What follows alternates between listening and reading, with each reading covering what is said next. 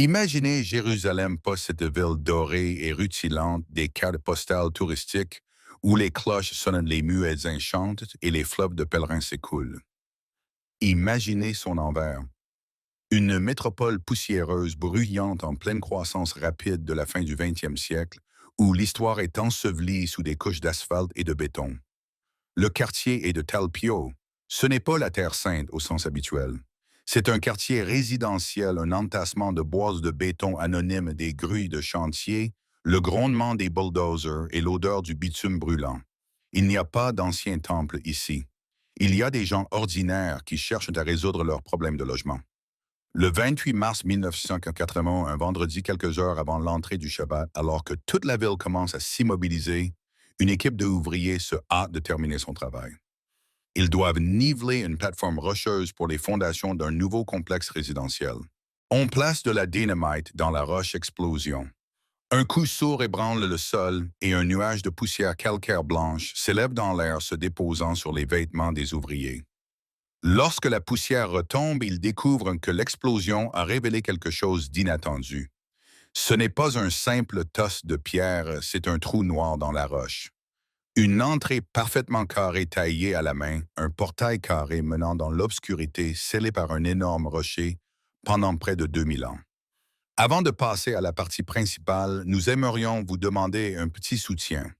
Un like et un abonnement seraient la plus belle des récompenses. Merci. Les ouvriers de simples travailleurs ne comprennent pas encore ce qu'ils viennent de mettre au jour. Pour eux, c'est juste un retard dans le planning.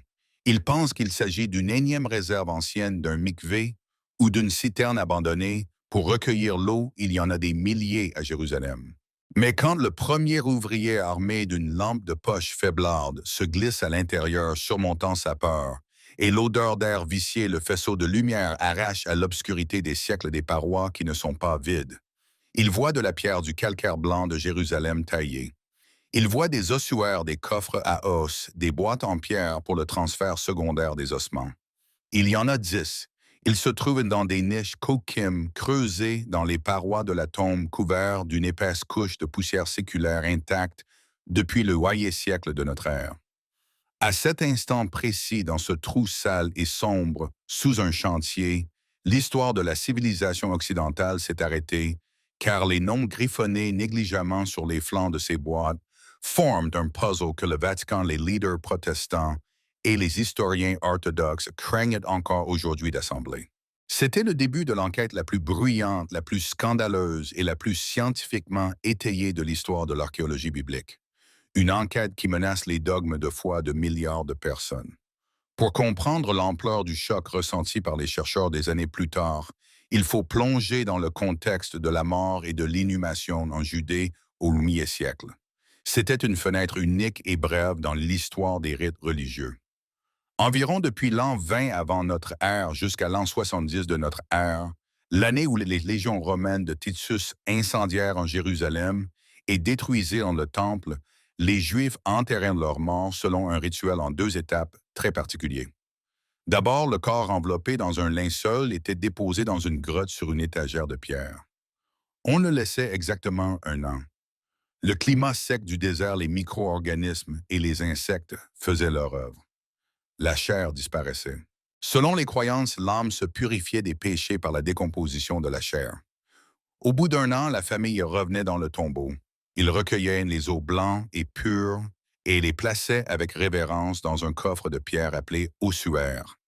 La longueur du coffre correspondait toujours à la plus grande os du corps humain, le fémur. On appelait cela l'inhumation secondaire ou le rassemblement des os auprès des pères. L'ossuaire était fermé par un couvercle de pierre et placé dans une niche pour l'éternité. Sur le flanc du coffre, souvent mais pas toujours, on gravait grossièrement nos clous au ciseau ou à un simple éclat de pierre le nom du défunt. Juste pour que la famille sache de qui étaient ces os quand viendrait le moment d'enterrer le prochain parent. Ce n'étaient pas des inscriptions officielles pour le public, comme sur les monuments modernes. C'étaient des marques techniques et des graffitis pour soi-même faits dans la pénombre de la grotte par la main tremblante d'un fils ou d'un frère en deuil. Les 10 ossuaires de Talpio étaient exactement de ce type grossier et simple fonctionnel. Certains étaient ornés de rosettes gravées, symboles de vie et de soleil. D'autres étaient parfaitement lisses. Les archéologues de l'Autorité des Antiquités d'Israël sont arrivés rapidement sur place, mais le temps pressait. Le Shabbat approchait inexorablement. Ils devaient documenter la découverte, dessiner le plan et sortir les artefacts avant que des pilleurs ne les volent ou que des ultra-orthodoxes ne les détruisent, ces derniers, s'opposant farouchement à toute perturbation de tombes juives. Les archéologues Amos Cloner, Yosef Gatt et Shimon Gibson ont travaillé dans l'urgence sous la lumière de lampe portative. Ils ont numéroté chaque ossuaire dessiné à la hâte la carte de la tombe. Ils ont sorti les coffres à la surface, les ont chargés dans un camion. Selon le protocole, la tombe a été remblayée de terre et recouverte de béton. Aujourd'hui, juste au-dessus de l'entrée de cette chambre se trouve le balcon d'un appartement ordinaire de la rue Dovgunner. Les gens y font sécher leur linge, boivent leur café et regardent la télévision sans se douter le moins du monde de ce qui se trouve sous leurs pieds. Les ossuaires ont été envoyés dans l'entrepôt poussiéreux du musée Rockefeller. Et là, ils sont restés 16 longues années se couvrant d'une nouvelle poussière d'oubli. Personne ne leur a prêté attention. Le rapport a été archivé. Pourquoi? Parce que les noms lus à la hâte semblaient trop ordinaires, trop banals pour Jérusalem de cette époque. Ce n'est que dans les années 90, avec l'inventaire systématique et le décryptage détaillé des inscriptions grâce à de nouveaux équipements, que les chercheurs ont tressailli. Relisons lentement lettre par lettre ces noms gravés il y a 2000 ans. Ossuaire Endog, 8600 Maria.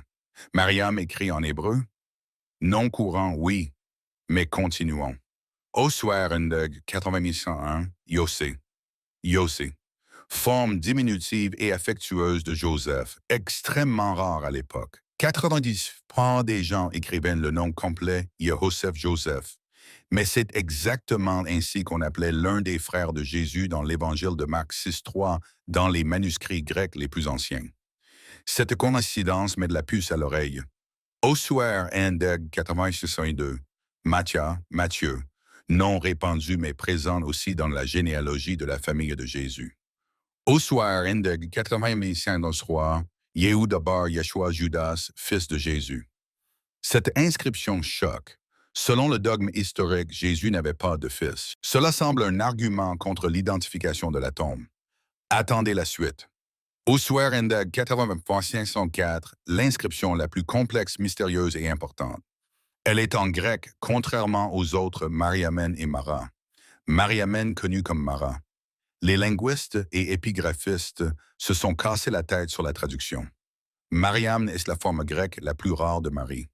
Mara en araméen signifie maîtresse, dame ou maîtresse enseignante au féminin. Cela se traduit par Mariamne dite la maîtresse ou Mariamne l'enseignante.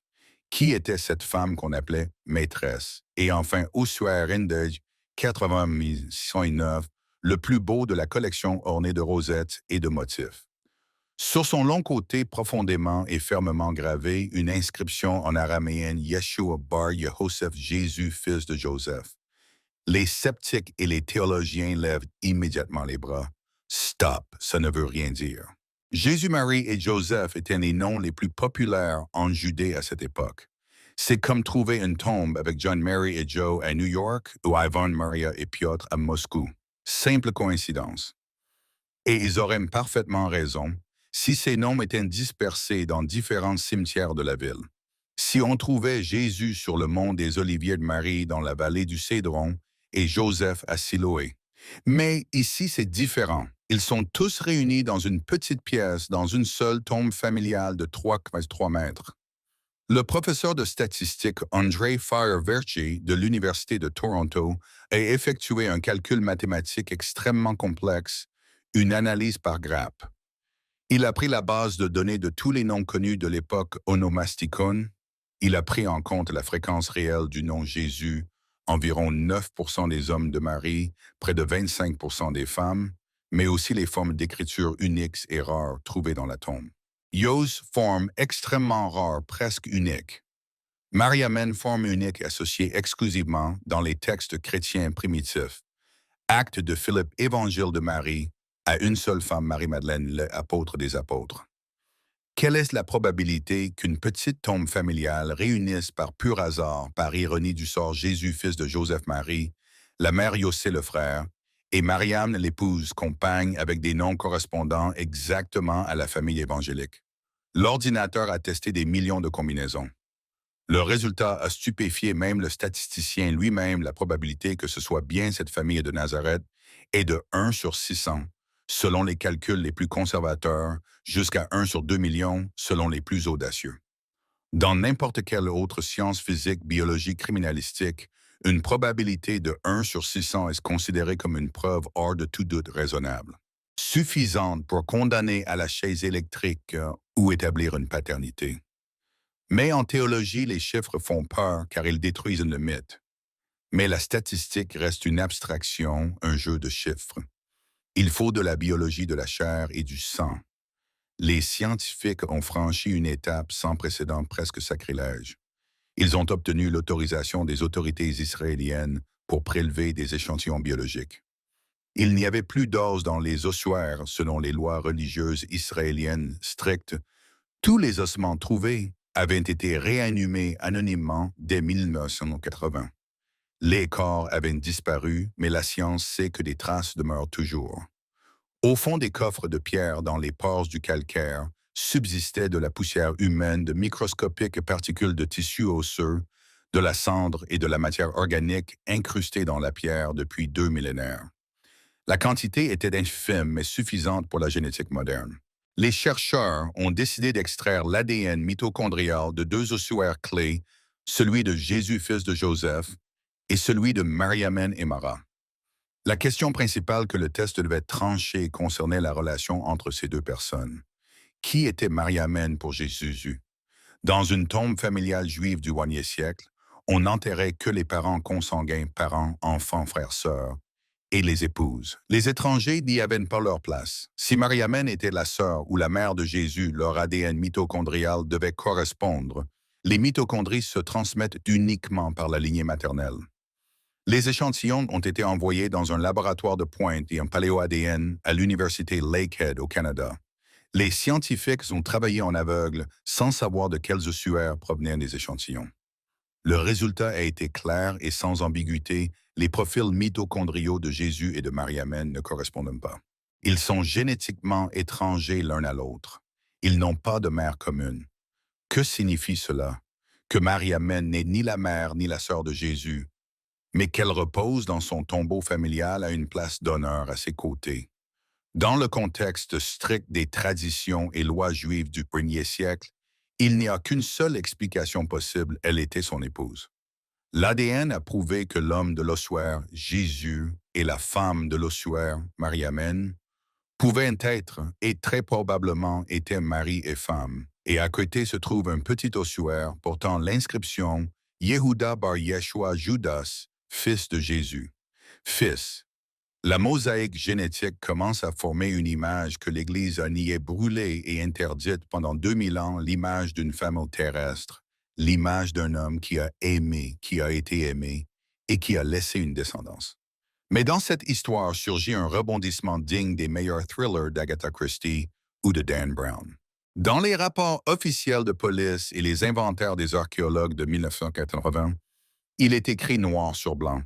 Dans la tombe ont été trouvés 10 ossuaires. Pourtant, quand les chercheurs sont venus au dépôt du musée Rockefeller pour étudier, ils n'en ont trouvé que 9 sur les étagères. Le 10e ossuaire a disparu sans laisser de traces. Dans l'ancien inventaire, il était décrit comme simple, sans inscription brisée. Où est-il passé, volé par un ouvrier, jeté, vendu au marché noir? En 22 des années après la découverte de Talpio, le monde a été secoué par une autre trouvaille archéologique. Un collectionneur privé israélien, Oded Golan, a présenté au monde un ossuaire qu'il affirmait avoir acheté au marché noir dans la vieille ville dès les années 70 pour une bouchée de pain. Sur cet ossuaire figurait une inscription qui a fait s'arrêter le cœur des historiens Yaakov Bar, Yehoseph Achoui, dit Yeshua Jacques, fils de Joseph, frère de Jésus. C'était la première preuve archéologique de l'existence historique de Jésus. Mais l'authenticité de l'inscription, surtout la seconde partie, frère de Jésus, a été immédiatement contestée. Un retentissant procès s'en est suivi, Oded Golan étant accusé de la plus grande falsification du siècle. Les procureurs affirmaient qu'il avait ajouté lui-même « frère de Jésus » sur un ancien coffre pour en faire monter le prix. Cependant, la criminalistique est venue à la rescousse. Le docteur Aryeh Shimron, géochimiste vétéran, ayant travaillé pour le service géologique d'Israël, a réalisé une étude révolutionnaire. Il savait que la composition chimique du sol de chaque tombe de Jérusalem est unique comme une empreinte digitale. Elle dépend des taux d'aluminium, silicium, fer, phosphore, magnésium, lessivés des eaux et de la roche-mère qui se déposent sur la pierre au fil des siècles. Shimron a obtenu l'accès à la tombe de Talpio rouverte pour l'occasion et a prélevé des échantillons de sol et de patine sur les parois. Il a comparé la signature chimique de la tombe de Talpio avec la patine de l'ossuaire de Jacques. Les résultats du spectromètre de masse ont été stupéfiants. L'ossuaire de Jacques présente exactement le même profil géochimique unique que les ossuaires de Talpio. Il a reposé dans la même terre, respiré le même air. Cela signifie que le 10e ossuaire disparu de Talpio est très probablement le célèbre ossuaire de Jacques. Il a été sorti ou volé de la tombe, peut-être même avant l'inspection officielle, par des pilleurs via un trou ou vendu par un employé malhonnête du dépôt. Si l'on replace Jacques, frère de Jésus, dans la tombe auprès de Jésus, fils de Joseph-Marie et Yossé, la probabilité statistique que ce soit bien la Sainte Famille atteint des sommets astronomiques. Jacques fut le chef de l'Église de Jérusalem après la mort du Christ. Sa présence dans le caveau familial boucle le cercle des preuves. Tous les personnages principaux du Nouveau Testament sont réunis dans une même pièce. Mais revenons à la tombe elle-même. L'apparence de son entrée recèle aussi une énigme. Au-dessus de l'entrée, sous la couche de saleté et de ciment, a été découvert un fronton taillé dans la pierre portant un symbole, ce n'est pas une croix. La croix n'est devenue le symbole du christianisme que beaucoup plus tard, au IVe siècle, sous Constantin. Les premiers chrétiens judéo-chrétiens utilisaient d'autres signes secrets. Le poisson l'empatouque. L'ancré mariage sort le bateau au-dessus de l'entrée de Talpio et gravé un grand chevron bien net, un V, inversé pointe vers le haut comme un toit, et en dessous un cercle. Cela ressemble à un œil regardant le ciel, à une pyramide et un soleil, ou à une bouche stylisée de poisson géant avalant un cercle. Les chercheurs le relient au signe de Jonas. Dans l'Évangile de Matthieu, les pharisiens demandent à Jésus un signe prouvant sa divinité. Jésus répond énigmatiquement « Une génération mauvaise et adultère réclame un signe. Il ne lui sera donné d'autre signe que le signe du prophète Jonas. » Jonas resta 3 jours et 3 nuits dans le ventre du poisson et en sortit vivant. C'est la métaphore de la résurrection du passage dans une autre dimension du ventre de la mort et du retour. Ce symbole est extrêmement rare dans les tombes juives de l'époque. Les façades étaient généralement lisses ou décorées de motifs végétaux. Sa présence si marquée sur la façade de la tombe indique que ce n'est pas le simple caveau d'un riche marchand. C'est le lieu d'inhumation d'un leader de secte, d'un chef de mouvement spirituel qui s'identifiait au prophète Jonas et au concept de résurrection. C'est le sceau d'une idéologie gravée dans la pierre. Pourquoi cette découverte étayée par la statistique, la chimie et la génétique suscite-t-elle une opposition si violente, presque agressive? Pas seulement à cause des noms. Le problème se situe au niveau de la théologie fondamentale. Le dogme principal de la plupart des confessions chrétiennes, catholiques, orthodoxes, beaucoup de protestants, est la résurrection corporelle. Jésus est monté au ciel avec son corps. La tombe est vide. L'ange a dit, « Il n'est pas ici, il est ressuscité. » Si l'on a trouvé à Talpio ses ossements, ou même la poussière de ses ossements, cela signifie qu'il n'y a pas eu d'ascension physique corporelle. Le corps est resté sur terre soumis aux lois de la nature. Pour un théologien traditionnel, c'est une catastrophe, une hérésie, l'effondrement des fondements de la foi. Si Christ n'est pas ressuscité, vaine est notre prédication, vaine aussi votre foi, écrivait l'apôtre Paul. Pourtant, les premiers textes gnostiques, bibliothèques de Nag Hammadi, et certains premiers chrétiens interprétaient la résurrection tout autrement, comme un événement spirituel, la libération de l'esprit de la prison de la chair. La résurrection corporelle fut une décision politique de l'Église ultérieure pour asseoir son pouvoir hiérarchique. La découverte de Talpio ne tue pas la foi en Jésus comme grand maître prophète ou même Messie. Elle tue la magie. Elle ramène Jésus dans l'histoire. Il fut un homme réel. Il eut une famille. Il eut une épouse qui l'aimait. Il eut un fils qui peut-être mourut jeune, l'ossuaire de Judas et petit enfantin. Jésus mourut et fut enterré avec amour et honneur, selon la coutume juive comme ses ancêtres, dans l'attente du royaume de Dieu. Cela le rend plus proche de nous humains compréhensibles, mais l'éloigne des icônes inaccessibles au fond d'or et des dogmes des conciles. Les sceptiques pointent souvent la question géographique. Pourquoi Jésus de Nazareth en Galilée au nord serait-il enterré à Jérusalem en Judée au sud et de surcroît à Talpio? Une famille devrait être enterrée sur sa terre natale à Nazareth. La réponse est simple et se trouve dans les évangiles eux-mêmes. Jésus fut exécuté à Jérusalem. Selon la loi juive stricte de l'époque, un criminel exécuté, et Jésus fut exécuté comme criminel d'État par Rome, ne pouvait être enterré immédiatement dans le tombeau familial, cela aurait souillé les tombes des ancêtres.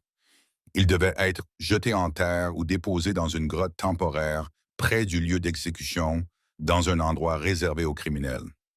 Le tombeau de Joseph d'Arimathie était précisément cette mesure temporaire, un acte de miséricorde pour que le corps ne soit pas dévoré par les chiens. Mais ensuite, au bout d'un an, quand la chair s'était décomposée et les eaux purifiées, le rituel d'inhumation secondaire permettait de transférer les eaux. Les proches devaient les récupérer. Les emmener en Galilée était dangereux, coûteux et compliqué sous l'occupation romaine. Jacques, le frère de Jésus, vécut encore 30 ans à Jérusalem après la crucifixion, dirigeant la communauté judéo-chrétienne locale. Il est logique de supposer qu'il acheta un emplacement pour un nouveau caveau familial, précisément à Jérusalem, la ville sainte, où ils attendaient tous la fin imminente du monde et l'avènement du royaume de Dieu. Talpio était alors un nouveau quartier résidentiel aisé où l'on enterrait des personnes influentes. La présence d'un tel tombeau indique que la famille de Jésus n'était pas pauvre comme on le pense souvent, ou qu'elle avait de riches protecteurs secrets, Joseph d'Arimathie ou Nicodème mentionnés dans la Bible, qui payèrent cet emplacement prestigieux pour le maître et sa famille. L'argument principal des opposants est la falsification des inscriptions. Quelqu'un se serait introduit dans la tombe et aurait gravé Jésus sur un vieux coffre à notre époque pour créer une sensation. Mais le microscope électronique dit le contraire. Les inscriptions sont recouvertes de patine, une croûte biogénique de calcite, champignons fossilisés et micro-organismes qui se forment couche après couche pendant des siècles. La patine à l'intérieur des profondes rayures des lettres se fond progressivement dans la patine de la surface du coffre. Pas de rupture, pas d'éclat frais. Si l'on avait gravé l'inscription hier ou même il y a 50 ans, on aurait coupé l'ancienne patine, révélant la pierre blanche fraîche et brillante. Ici, les lettres sont aussi vieilles, grises et érodées que la pierre elle-même. Il est impossible de falsifier une telle patine. Ce n'est pas de la peinture, c'est un processus géologique. L'inscription «Jésus, fils de Joseph» a été faite il y a 2000 ans. Point. Fait scientifique. La seule question restante est de quel Jésus s'agit-il? L'histoire ne s'arrête pas à une seule grotte. À environ 40 mètres de la tombe de Jésus, littéralement, de l'autre côté d'une clôture, se trouve une autre tombe. On l'appelle la tombe Patio, car elle se situe sous la cour intérieure d'une autre maison d'habitation. Elle n'a pas été entièrement ouverte en 1939 à cause des protestations des orthodoxes. Les archéologues n'ont fait que jeter un œil. Mais en 2010, grâce à un bras robotisé équipé d'une caméra haute résolution, introduit par un tube étroit percé dans le sol, les chercheurs ont pu examiner l'intérieur sans violer le repos des morts, personne n'est entré physiquement. Là aussi, il y a des ossuaires, et sur l'un d'eux, le robot a filmé une image unique et choquante, un poisson.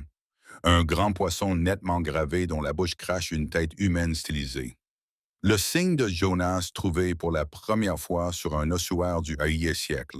C'est la plus ancienne représentation chrétienne connue au monde. Et à côté, une inscription en grec que les épigraphistes traduisent « Ô Dieu, wesh, ya, relève-le, relève-toi » ou « Le divin, relève les morts ». C'est une preuve en fer que tout ce quartier, toute cette colline de Talpio appartenait aux premiers chrétiens. C'était une nécropole de la première communauté. Les gens enterrés dans la tombe patio des disciples fortunés voulaient reposer près de leur maître et leader, près de la tombe de Jésus. Cela crée un contexte historique extrêmement puissant. Si tout autour repose des disciples du Messie utilisant sa symbolique, il est logique qu'au centre de cette nécropole, dans la tombe principale, repose le Messie lui-même. Lorsque James Cameron et le journaliste d'investigation Simcha Jacobovici ont sorti le documentaire La tombe perdue de Jésus, le monde a explosé. Le Vatican a qualifié cela de fantaisie archéologique et de tentative de profit sur le sacré. Les scientifiques se sont divisés en deux camps irréconciliables. Les uns criaient la plus grande sensation, les autres profanation bon marché. Mais aucun sceptique, aucun évêque, aucun professeur n'a pu réfuter trois faits durs comme le fer. Les noms sur les ossuaires sont authentiques, anciens et correctement lus. La concentration statistique de ces noms précis dans une même pièce est extraordinaire et exige une explication. L'ossuaire de Jacques est chimiquement lié à cette tombe bouclant le cercle familial. L'argument « les noms étaient très courants » s'effondre face à l'analyse par Grappe. Oui, il y a beaucoup de John à New York, mais combien de familles où le père s'appelle John la femme Mary, le fils Joseph et le frère James vivent dans le même appartement? Très peu. Et si on ajoute le rare surnom Mariam Namara, c'est comme trouver une tombe avec John Paul George et Ringo et dire que ce ne sont pas les Beatles, mais juste une coïncidence de Docker de Liverpool. La science officielle et l'Église ont choisi la tactique la plus efficace, le silence et l'oubli. La tombe est scellée sous du béton. L'accès est fermé. Les habitants de l'immeuble au-dessus sont fatigués des journalistes et des pèlerins fous et demandent qu'on les laisse tranquilles. La dalle de béton cache solidement l'entrée vers la possible solution du plus grand mystère de l'histoire. Nous vivons une époque extraordinaire. Les technologies nous permettent de voir à travers la Terre avec des géoradars et de lire l'ADN des morts transformant la poussière en information. Le mystère de la tombe de Telpio n'est pas entièrement résolu. Il flotte dans l'air comme un accord musical non résolu qui attend sa conclusion. Si c'est vrai, alors le christianisme tel que nous le connaissons dans sa forme dogmatique repose sur une erreur d'interprétation des événements du XIIe siècle. Jésus n'est pas parti dans l'espace avec son corps physique. Il a laissé ses os à Jérusalem comme gage qu'il fut réel, qu'il fit partie de ce monde. Il fut chair et sang, il aima, il eut une épouse, il connut la douleur de perdre un fils. Il fut un homme qui changea le monde par la parole, l'amour et le sacrifice, et non par des tours de magie. Et cela rend peut-être son exploit encore plus grand. Et si c'était juste une coïncidence, si c'était simplement une autre famille inconnue avec des noms étonnamment similaires, alors ce serait la coïncidence la plus improbable, la plus monstrueuse, la plus ironique de l'histoire de l'univers. Une chance sur 600 ou sur 2 millions. Mathématiques contre foi. Êtes-vous prêt à miser votre foi sur ces probabilités? En ce moment même, pendant que vous regardez cette vidéo à Jérusalem dans le quartier est de Talpio, Rudolf Gunner, des enfants jouent au football sur la dalle de béton entre les immeubles. Ils courent riant, crient. Et juste sous leurs pieds, à 3 mètres de profondeur dans l'obscurité et le silence éternel, les niches de pierre vides gardent encore l'écho des noms qui font trembler le monde, Jacques, Marie, Jésus. L'histoire n'est pas quelque part loin dans des bibliothèques poussiéreuses. Elle est sous nos pieds. Et parfois, elle frappe d'en bas, exigeant d'être entendue, même si la vérité est dérangeante. Et vous, qu'en pensez-vous? La foi peut-elle coexister avec de tels faits ou sont-elles condamnées à une guerre éternelle? Écrivez votre opinion en commentaire car la vérité naît dans le débat et peut-être que votre regard aidera à assembler ce puzzle jusqu'au bout. Un immense merci à tous ceux qui ont regardé cet épisode jusqu'à la fin. Votre soutien, vos likes et vos abonnements sont très importants pour nous. Et n'oubliez pas de cliquer sur la cloche pour ne jamais rater les dernières nouvelles et nos nouvelles vidéos. Et nos nouvelles vidéos. Et nos nouvelles vidéos. Et nos nouvelles vidéos.